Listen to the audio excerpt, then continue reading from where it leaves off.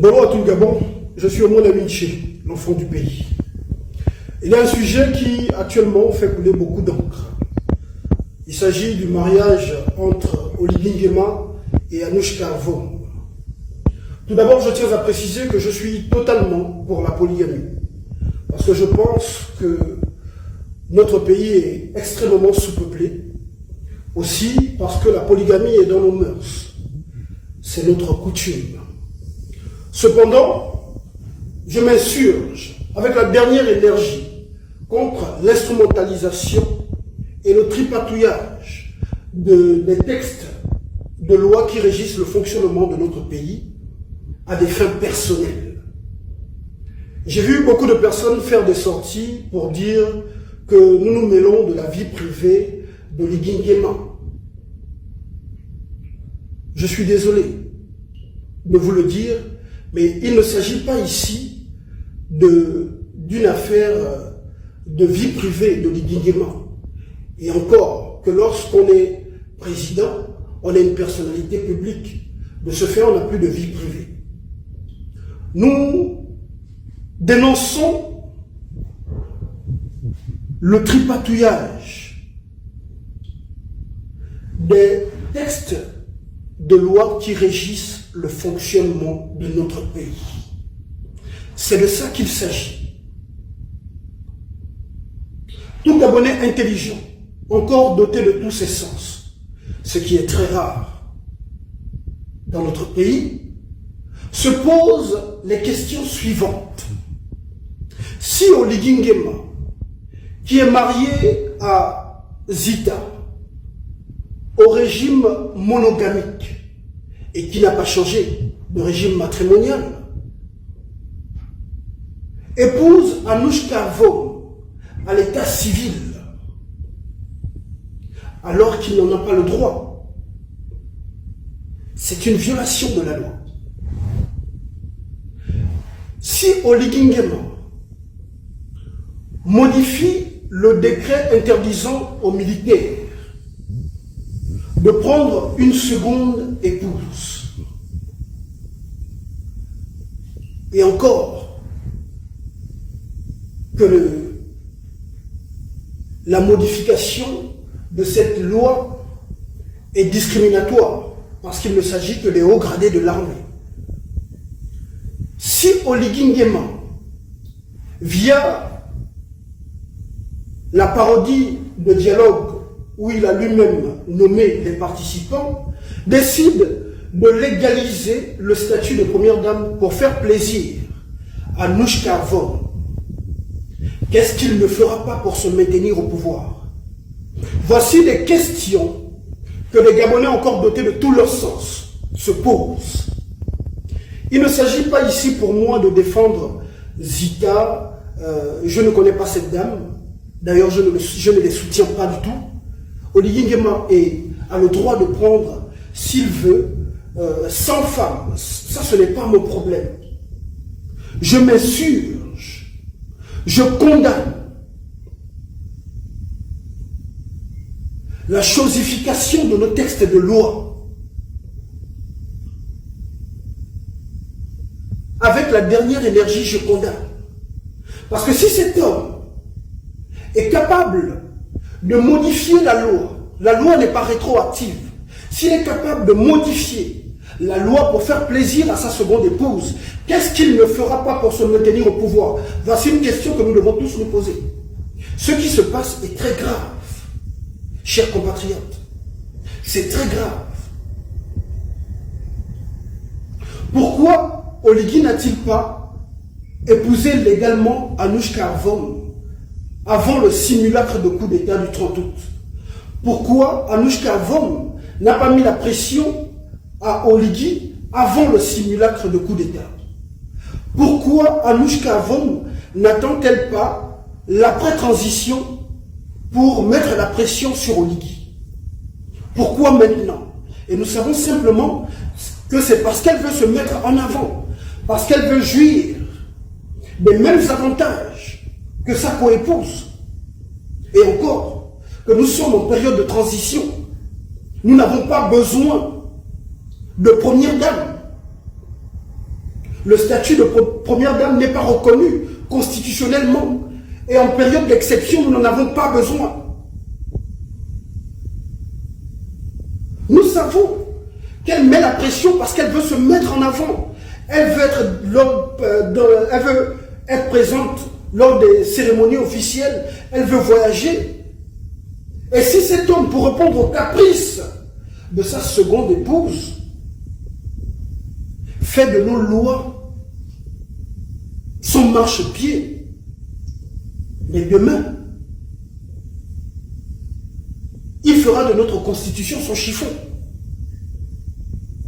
Il compte démissionner de l'armée pour se présenter aux élections présidentielles. Pourquoi n'a-t-il pas attendu la fin de la transition militaro-pédégiste? Pourquoi Anouchka et lui n'ont-ils pas attendu la fin de leur parodie de transition politique? Pourquoi? Ce sont des questions légitimes que nous nous posons. La famille, c'est un message qui nous envoie, mais que seuls les Gabonais, encore dotés de tout leur sens, ont compris. Moi, je n'ai pas de problème avec la polygamie. Mais non, je m'oppose à la chosification des lois qui régissent le fonctionnement de la République gabonaise. Et nous devons tous, même au prix de nos vies, défendre nos institutions. L'imposteur pédégiste en treillis au Liguingema, au lendemain de leur simulacre de coup d'État du 30 août 2023, s'est présenté comme celui qui allait venir pour l'instauration d'institutions fortes. Mais nous constatons qu'il se comporte comme un voyou. Les ennemis de notre pays, derrière le coup de confiscation du pouvoir qu'ils ont appelé coup de libération, ont remis notre pays entre les mains d'un jeune garçon inconscient, incapable de gérer ses pulsions libidinales, incapable de gérer son foyer. Et si Oligui n'est pas capable de gérer son foyer, ce n'est pas le Gabon qu'il pourra diriger. Cet homme est un danger pour notre pays. Un danger, et nous devons l'arrêter. Et d'ailleurs, je pense que sa fin est proche.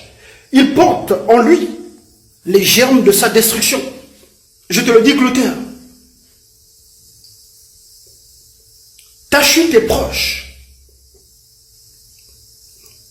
Chaque jour, les Gabonais qui étaient dans l'euphorie ouvrent un peu plus les yeux.